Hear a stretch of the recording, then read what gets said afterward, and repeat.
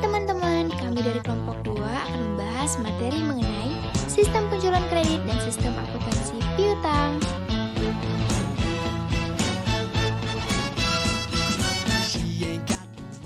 Pertama, kita akan membahas mengenai pengertian penjualan kredit. Yang pertama, menurut Mulyadi, penjualan kredit merupakan suatu penjualan yang terjadi apabila terdapat order dari pembeli atau pelanggan yang telah dipenuhi dengan pengiriman barang atau penyerahan jasa untuk jangka waktu tertentu. Perusahaan memiliki piutang kepada pembelinya. Sementara, menurut Suzeroni, penjualan kredit adalah sistem penjualan yang pembayarannya dilakukan ketika barang telah diterima oleh pembeli yang jumlah dan waktu jatuh tempo pembayarannya sudah disepakati oleh kedua belah pihak. Jadi, dapat dikatakan bahwa sistem akuntansi penjualan kredit adalah rangkaian kegiatan yang mengatur tentang penyerahan barang kepada pembeli yang pembayarannya dilakukan di kemudian hari sesuai dengan perjanjian yang telah disepakatinya, yaitu fungsi-fungsi terkait dalam sistem akuntansi penjualan kredit. Fungsi yang terkait dalam sistem akuntansi penjualan kredit adalah yang pertama yaitu fungsi penjualan. Nah, fungsi ini bertanggung jawab untuk menerima surat order dari pembeli, mengedit order dari pelanggan untuk menambah informasi yang belum ada pada surat order tersebut. Contohnya seperti spesifikasi barang dan rute pengiriman. Kemudian meminta otorisasi kredit, menentukan tanggal pengiriman barang dari gudang mana barang akan dikirim dan mengisi surat order pengiriman. Nah, fungsi ini juga bertanggung jawab untuk membuat back order pada saat diketahui tidak tersedianya persediaan untuk memenuhi order dari pelanggan. Nah, yang kedua yaitu fungsi kredit. Fungsi ini bertanggung jawab untuk meneliti status kredit pelanggan dan memberikan otorisasi pemberian kredit kepada pelanggan. Yang ketiga yaitu fungsi gudang. Nah, fungsi ini bertanggung jawab menyimpan dan menyiapkan barang yang dipesan oleh pelanggan serta menyerahkan barang ke fungsi pengiriman. Yang keempat ada fungsi pengiriman. Nah, fungsi ini bertanggung jawab untuk menyerahkan barang atas dasar surat order pengiriman yang diterimanya dari fungsi penjualan.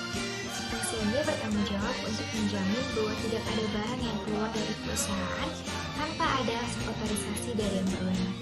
Yang kelima yaitu fungsi penagihan. Fungsi ini bertanggung jawab untuk membuat dan mengirimkan faktur penjualan kepada pelanggan serta menyediakan kopi faktur bagi kepentingan pencatatan transaksi penjualan oleh fungsi akuntansi. Nah, yang terakhir yaitu yang keenam yaitu fungsi akuntansi. Fungsi ini membahas mengenai prosedur yang membentuk sistem akuntansi penjualan kredit. Yang pertama yaitu prosedur penjualan. Dalam prosedur ini, fungsi penjualan menerima order dari pembeli dan menambahkan informasi penting pada surat order dari pembeli.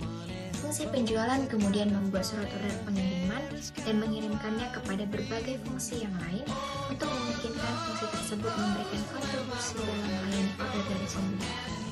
Yang kedua yaitu prosedur persetujuan kredit. Dalam prosedur ini, fungsi penjualan meminta persetujuan penjualan kredit kepada pembeli dari fungsi kredit.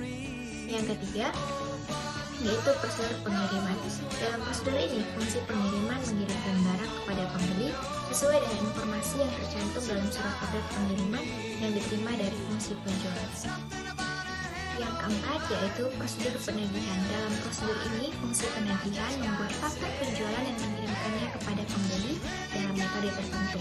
Faktur penjualan dibuat oleh fungsi penjualan sebagai tembusan pada waktu pembeli ingin membuat surat order pengiriman. Yang kelima yaitu prosedur pencatatan piutang. Dalam prosedur ini, fungsi akuntansi mencatat tembusan faktur penjualan ke dalam kartu piutang atau dalam metode pencatatan tertentu, mengarsipkan dokumen tembusan menurut abjad yang berfungsi sebagai catatan piutang. Yang keenam yaitu prosedur distribusi penjualan.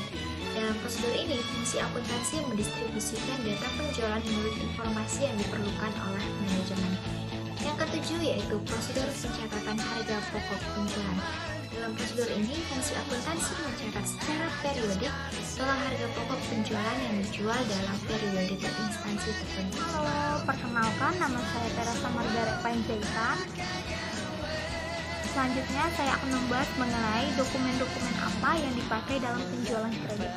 Nah, sebelumnya kita itu telah membahas flowchart yang dimana setiap bagian-bagian akan menerima dokumen yang diserahkan. Nah, kita akan mencari tahu dokumen apa sih yang dipakai, dan mungkin masih ada beberapa dokumen yang sudah familiar bagi kita dan juga dokumen-dokumen yang masih asing bagi kita. Nah, saya akan menjelaskannya. Dalam penjualan kredit itu ada beberapa dokumen penting yang biasanya digunakan sebagai bukti, pengendalian, dan pencatatan transaksi. Nah, dokumen-dokumen ini berbeda tergantung spesifikasi yang digunakan, tapi secara umumnya meliputi seperti yang pertama itu ada surat order pengiriman atau shipping order dan tembusannya. Nah, ini merupakan dokumen pokok yang menjadi bagian dasar dari proses yang akan dilakukan. Nah, dokumen ini akan dikopi dan dikirim kepada pihak gudang, kredit, dan bagian akuntansi untuk memproses penjualan. Nah, dokumen ini biasanya dibuat oleh bagian penjualan setelah disetujui. Nah, yang pertama kita bisa melihat itu ada surat order pengiriman atau shipping order. Ini merupakan dokumen pokoknya yang dimana dokumen yang berisi perintah agar barang dikirimkan kepada pelanggan sesuai dengan pesanan. Yang kedua itu ada tembusan kredit atau kredit copy.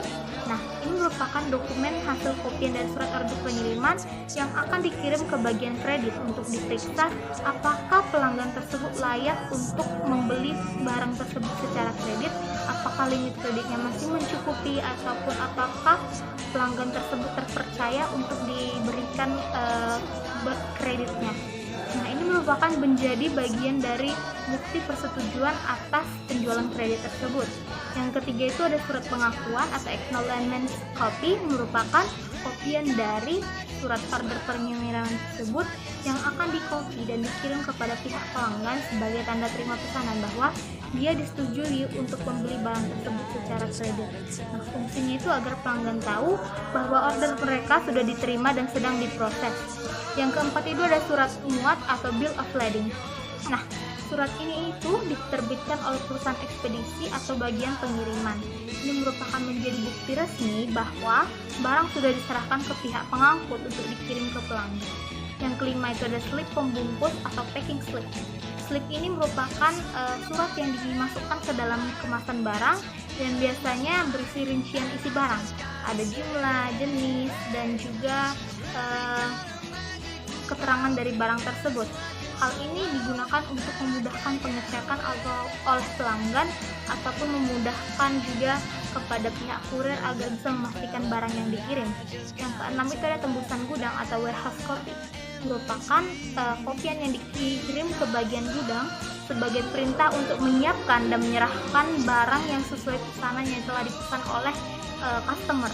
Yang ketujuh itu ada arsip pengendalian pengiriman atau sales order follow up copy, merupakan salinan yang disimpan oleh bagian penjualan atau administrasi sebagai alat monitoring apakah pesanan sudah diproses dan juga akan dikirim. Yang terakhir itu ada arsip indeks silang atau cross index file copy, di mana ini merupakan salinan yang disimpan untuk keperluan administrasi sebagai arsip preferensi silang. Biasanya itu diurutkan berdasarkan nama pelanggan maupun nomor order. Arsip ini berguna jika sewaktu-waktu diperlukan untuk melihat kembali transaksi-transaksi apa yang telah dilakukan oleh perusahaan tersebut ataupun untuk pengecekan dan sebagainya. Selanjutnya yang kedua kita ada mengetahui faktur penjualan dan tembusannya. Faktur penjualan ini biasa dikenal sebagai sales invoice, merupakan dokumen sumber utama dalam penjualan kredit juga. Dokumen ini dipakai sebagai dasar pencatatan atas timbulnya piutang serta bukti penagihan kepada pelanggan.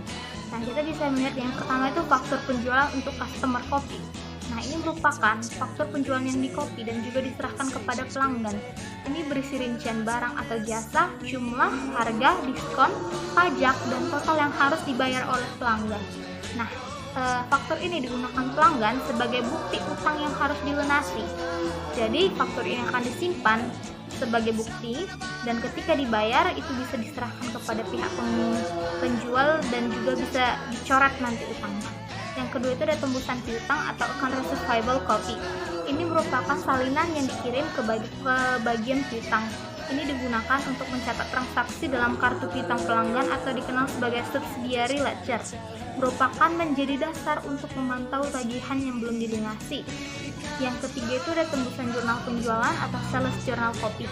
Merupakan Salinan yang masuk kepada bagian akuntansi dipakai sebagai dasar pencatatan dalam jurnal penjualan yang nantinya akan diposting kepada buku besar. Yang keempat itu ada tembusan analisis atau analisis copy, merupakan salinan yang digunakan untuk keperluan analisis penjualan. Misalnya untuk analisis per produk, per wilayah ataupun per pelanggan mengenai minat dari setiap pelanggan ataupun produk yang laris maupun wilayah yang umumnya sering membeli dari perusahaan tersebut. Dan juga ini membantu manajemen dalam pengambilan keputusan terkait strategi penjualan, atau juga manajer juga dapat melihat tren pasar melalui tembusan analisis tersebut. Selanjutnya ada tembusan wiraniaga atau salesperson copy, merupakan salinan yang diserahkan kepada pihak salesman atau wiraniaga yang menangani pelanggan. Jadi ini merupakan sebagai arsip pribadi dan alat kontrol dari kinerja penjualan perwiraniaga, di mana jika salesman memiliki lebih banyak faktur, maka bisa dikatakan dia lebih banyak menggunakan berhasil melakukan penjualan, sehingga ini umumnya akan diberikan bonus juga kepada pihak wiraniaga. Kita ketahui ada rekapitulasi HPP atau rekapitulasi harga pokok penjualan, yang dimana pengertian sendiri dari rekapitulasi harga pokok penjualan adalah dokumen rekapitulasi internal yang dibuat oleh bagian akuntansi untuk merangkum seluruh harga pokok barang yang terjual dalam periode tertentu. Dokumen ini bukan diberikan kepada pelanggan, melainkan digunakan sebagai kepentingan internal untuk pengendalian dan penyusunan laporan keuangan. Nah, isi rekapitulasi HPP itu biasanya mencakup seperti data penjualan per faktur. Ini bisa berupa daftar faktur penjualan yang terjadi selama periode tertentu, bisa untuk 1 bulan, triwulan, maupun dalam waktu 1 tahun. Selanjutnya yang kedua itu ada jumlah unit barang terjual. Jumlahnya ini sesuai dengan faktur penjualan yang ada. Yang ketiga itu ada harga pokok per unit, sama seperti yang tadi, itu bisa dilihat dari fakturnya maupun kartu persediaan ataupun catatan biaya. Yang keempat itu ada total harga pokok penjualan per transaksi, itu bisa dilihat dari jumlah unit dikali harga pokok per unit. Dan yang terakhir adalah rekap total HPP, di mana ketika HPP-nya telah dihitung semua, maka hasil penjumlahan seluruh transaksi untuk periode tersebut akan direkap. Selanjutnya yang terakhirnya kita akan membahas mengenai catatan akuntansi yang biasa digunakan dalam penjualan kredit. Kita bisa melihat yang pertama itu tentu saja kita perlu menjurnal dari penjualan, baik penjualan secara kredit maupun tunai akan diperlukan jurnal penjualan. Kita bisa melihat di presentasi atau di PPT itu ada jurnal penjualannya untuk kredit, piutang dagang pada debit, dan juga penjualan pada kredit. Nah, ini merupakan salah satu jurnal penjualan yang telah dicatat bentuk aplikasi sistem informasi akuntansi. Yang kedua, kita juga bisa melihat bentuk dari kartu piutang, ada juga kartu persediaan dan kartu gudang. Sekian dari presentasi saya, dilanjutkan oleh teman saya. Terima kasih. Perkenalkan, nama saya Rani Rahadi. Pembahasan selanjutnya adalah pengertian sistem akuntansi piutang. Menurut Mulyadi, sistem akuntansi piutang atau account receivable system adalah klaim terhadap pelanggan yang timbul dari penjualan barang atau jasa secara kredit. Sistem akuntansi piutang dirancang untuk mencatat transaksi terjadinya piutang dan berkurangnya piutang. Terjadinya piutang berasal dari penjualan kredit dan berkurangnya piutang berasal dari retro penjualan dari penerimaan kas piutang. Selanjutnya ada tujuan dan fungsi sistem akuntansi piutang. Tujuan sistem akuntansi piutang bertujuan untuk mencatat laporan piutang perusahaan kepada setiap debitur yang terjadi karena transaksi penjualan kredit, retro penjualan, penerimaan kas dari piutang, dan penghapusan piutang. Dan ada juga fungsi sistem akuntansi piutang, yaitu membantu memastikan pembayaran tepat waktu, meminimalisir resiko piutang tak tertagih, serta memberikan kontrol dan transparansi terhadap piutang usaha. Selanjutnya ada prosedur pencatatan piutang. Pada pencatatan piutang ada 4 transaksi, yaitu yang pertama transaksi penjualan kredit, di mana transaksi ini dicatat dalam jurnal penjualan atas dasar faktur penjualan dan surat order pengiriman dan surat muat. Yang kedua, transaksi penerimaan kas dari debitur, di mana transaksi ini akan dicatat dalam jurnal penerimaan kas atas dasar bukti kas masuk yang dilampiri surat pemberitahuan dari debitur. Lalu yang ketiga ada transaksi retur penjualan, di mana transaksi ini akan dicatat dalam jurnal retur penjualan dasar memo kredit yang dilampiri laporan penerimaan barang. Lalu yang keempat, transaksi penghapusan piutang, yaitu di mana transaksi ini dicatat dalam jurnal umum atas dasar bukti memoral yang dibuat oleh fungsi kredit. Selanjutnya ada pengertian akuntansi penerimaan kas dari piutang. Menurut Mulyadi, akuntansi penerimaan kas dari piutang adalah sistem prosedur yang mencatat dan mengontrol penerimaan kas yang berasal dari pelunasan piutang kredit, meliputi proses penagihan, penerimaan cek atau pembayaran, pencatatan, hingga penyetoran kas ke bank untuk menjamin keamanan dan akurasi penerimaan kas perusahaan. Informasi mengenai piutang yang dilaporkan kepada manajemen adalah: yang pertama, saldo piutang pada saat tertentu kepada setiap debitur. Yang kedua, riwayat pelunasan piutang yang dilakukan oleh setiap debitur. Dan yang terakhir, ada umur piutang kepada setiap debitur pada saat tertentu. Selanjutnya ada pembahasan tentang prosedur penerimaan kas dari piutang. Berikut merupakan prosedur penerimaan kas dari piutang. Yang pertama, prosedur pengiriman faktur penjualan kredit. Kegiatan mengirimkan faktur sebagai bukti tagihan kepada pelanggan yang membeli secara kredit. Yang kedua, ada prosedur penagihan piutang, di mana prosesnya adalah menagih pembayaran piutang kepada pelanggan sesuai faktur yang diterbitkan. Lalu yang ketiga, ada prosedur pembayaran piutang, di mana penerimaan kas dari pelanggan sebagai pelunasan atas penjualan kredit. Lalu yang keempat, ada prosedur pembuatan laporan, pencatatannya dan penyusunan laporannya mengenai penerimaan kas dan piutang untuk kepentingan keuangan perusahaan. Penerimaan kas dari piutang dapat dilakukan melalui berbagai cara, antara lain: yang pertama, melalui penagih perusahaan; yang kedua, melalui pos; yang ketiga, melalui lockbox collection. Selanjutnya ada prosedur pernyataan piutang. Pernyataan piutang adalah formulir yang menyajikan jumlah kewajiban debitur pada tanggal tertentu dan disertai dengan rinciannya. Bentuk-bentuk pernyataan piutang adalah sebagai berikut.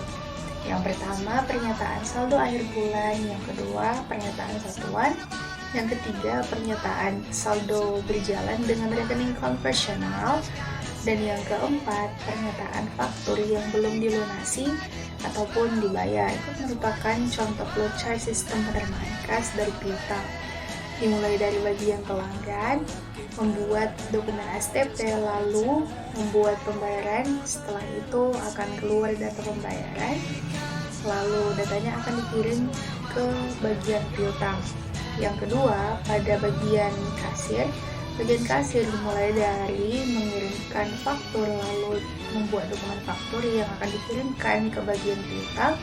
Pada bagian piutang, faktur akan melalui pengecekan jatuh tempo. Selanjutnya akan dibuat dokumen schedule umur piutang atau SUP, lalu membuat surat tagihan piutang atau STP. Selanjutnya dibuat dokumen STP-nya.